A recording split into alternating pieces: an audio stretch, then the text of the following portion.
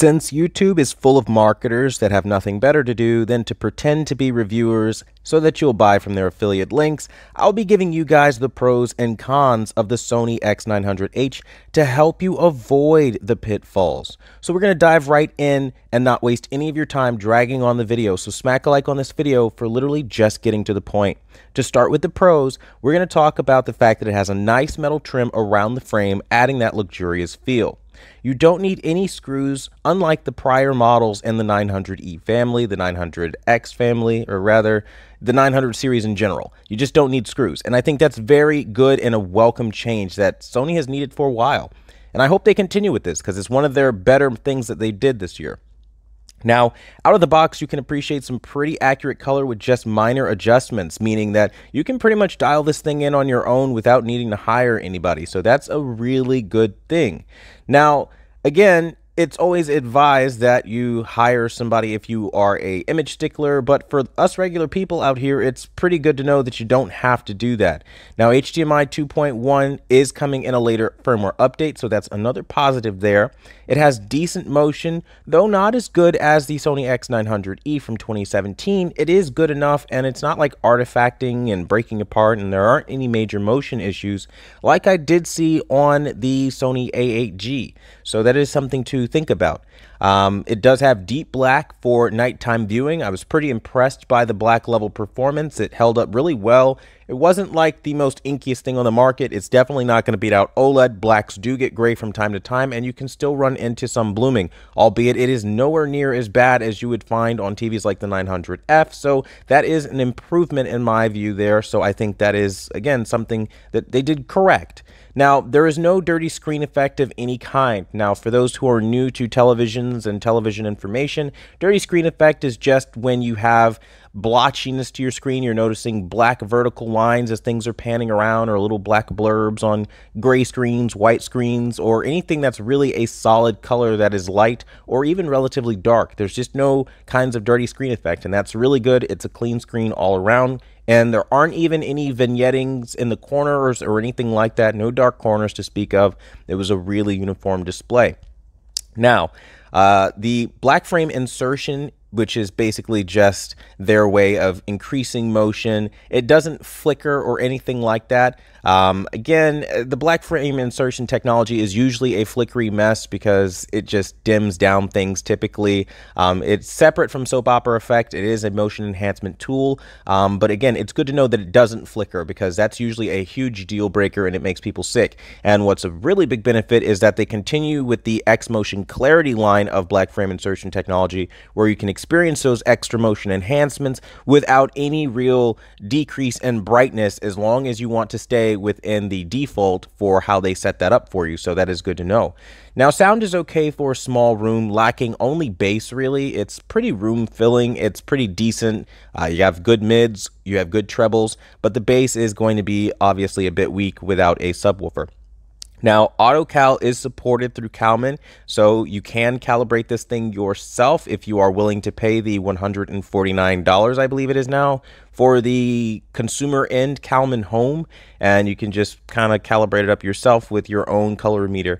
But again, it's nice to see that they're not taking that kind of stuff away, so you still have access to that.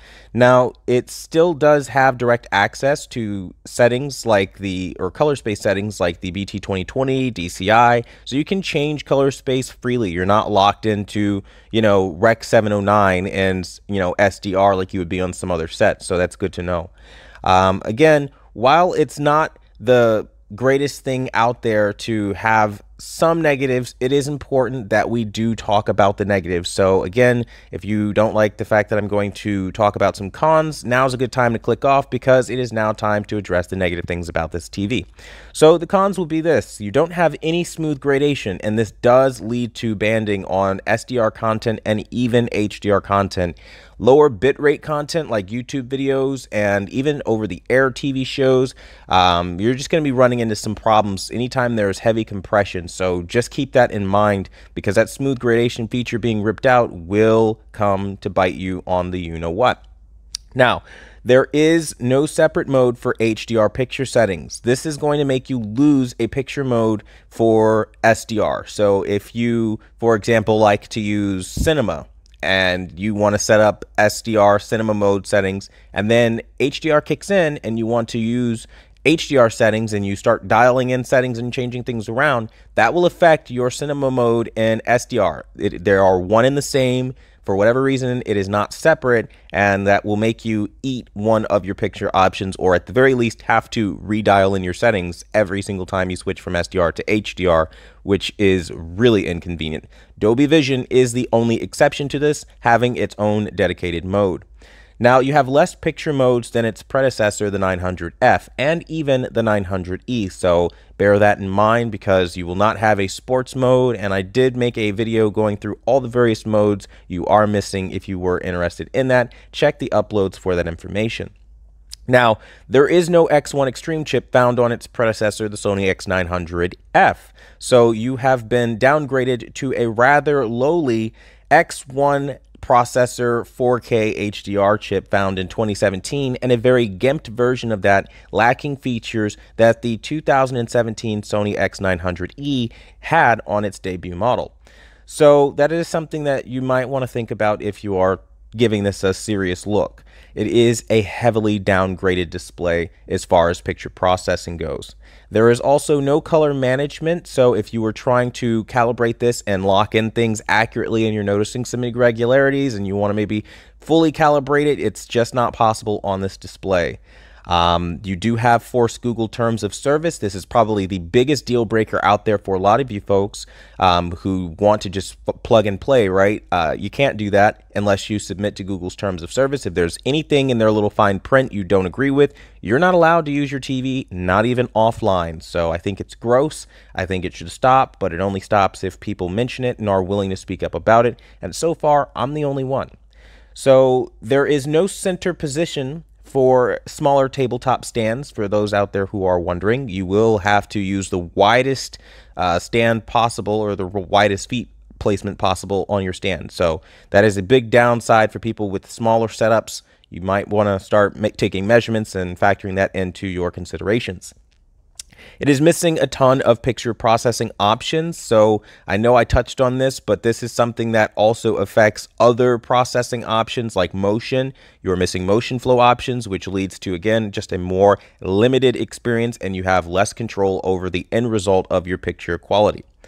It is well under 1,000 nits for anybody hoping for some impressive HDR. It's not going to happen. You will also have dull and washed out HDR for anybody thinking about getting this specifically for HDR. This is not a good TV for HDR at all. You also don't have HDR-like tone mapping found in cinema mode like you did on the 900F and 900E. So what would happen on the 900F and 900E is when you go into cinema home, you typically would be able to lower the brightness a little bit and be able to get a really nice pop and HDR-like feel out of your image due to the kind of tone mapping that they put into there that is no longer in existence on this model. It is a massive downgrade and something that really upset me personally, having seen both of the 900F and 900E models. It's just something that, again, really is unfortunate that Sony is walking backwards instead of forward on this particular set here. There are also no clips on the box as you start to open up the product when you first get it in. Now, this might seem petty, but not having those clips will make moving a lot more difficult as you find a new home, or as you maybe want to shift different rooms, or whatever your life situation is, right? Yeah, those clips are not available, so you have to use tape and untape and retape. It's really annoying. Like, this is something that was on Sony TVs before, and they've taken it away, and it's something that is worth mentioning because when you're walking backwards, you need to talk about it. Now, I'm going to pause here for a second and just reiterate. I understand that, you know, if you're coming from an older TV, anything at this point might be an upgrade to you. But honestly speaking, I'm going to call out how they've been performing and what they're taking away. So if at any point you don't agree because maybe you own this TV, or maybe you are seeing raving reviews about it and you don't know the difference because you're coming from an older TV, just bear in mind that this is holding it to its prior standards. So just that's how I'm going about these pros and cons here. So rezooming, it has an ugly looking matte finish screen that basically creates a lot of glare, so it is not good in a bright room because those glare, the reflections are going to create glare that's going to really bother a lot of people. So that's something you might want to think about. So the reflections might not be as pronounced, but the glare is definitely terrible. So think about that. If it's something that's a deal breaker for you, well, there you go. It also has cheap hollow plastic all around, including the remote. You don't have the nice premium metal remote, albeit it's a 900 model series, so you can't really expect too much. Albeit it is something that kind of sucks because it does feel cheaper than $1,000, so that is something you might want to weigh up. You also have less color gamut coverage than its predecessors, so if you were expecting dramatically more color than what you found on prior years, it's not going to happen. I did a comparison side by side against the Sony X900E from 2017 that I own, and the 900E had so much more color than this particular TV that I was actually beyond shocked. It was really disgusting to see. So I can't stress just how much Sony has gimped on this model and the picture quality aspect. Now, there also is no wide viewing angle technology or rather the X wide angle technology, as they call it, on smaller screen sizes. So that's something as well you might want to think about. You are being treated like a lower tier customer and being locked out from certain technologies at certain price points. I don't know about you, but I think what you're paying for the 900H is already enough money, and you should be getting everything that the particular model offers. I just think it's ridiculous to gate certain features behind a certain paywall. So that's just how I feel there.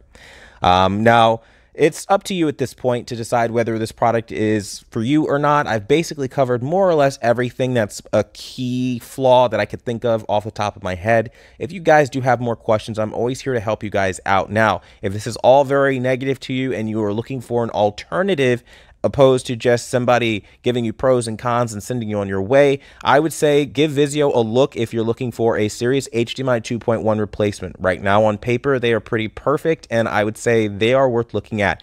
I would look at the Vizio P-Series, the P-Series Quantum X, and their OLED line. Those are my primary recommendations. However, if that's a bit out of reach, then yeah, I would try to look at the Vizio M-Series, but you want to aim for P-Series or better. Also, if you don't really care about HDMI 2.1, then you're kind of open to the market to kind of look around and explore your options. But that being said, I want to thank you guys so much for watching the #1 brand in honesty and being a part of the community. And until the next video, I'll see you guys later.